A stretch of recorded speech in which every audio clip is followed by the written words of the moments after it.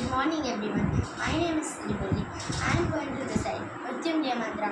This mantra related to God Shiva. It is very important sloka.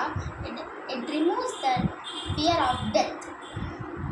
Om Trayambakam Yajamahe Sugandhim Pushtivardhanam Urvarukamiva Bandhanat मृत्योर्मुक्षीयमामृतात् ॐ त्र्यम्बकं यजामहे सुगन्धिं पुष्टिवर्धनं उर्वारुकमिव बन्धनात् मृत्योर्मुक्षीयमामृतात् ॐ त्र्यम्बकं यजामहे सुगन्धिं पुष्टिवर्धनं उर्वारुकमिव बन्धनात् मृत्योर्मुक्षीयमामृतात्.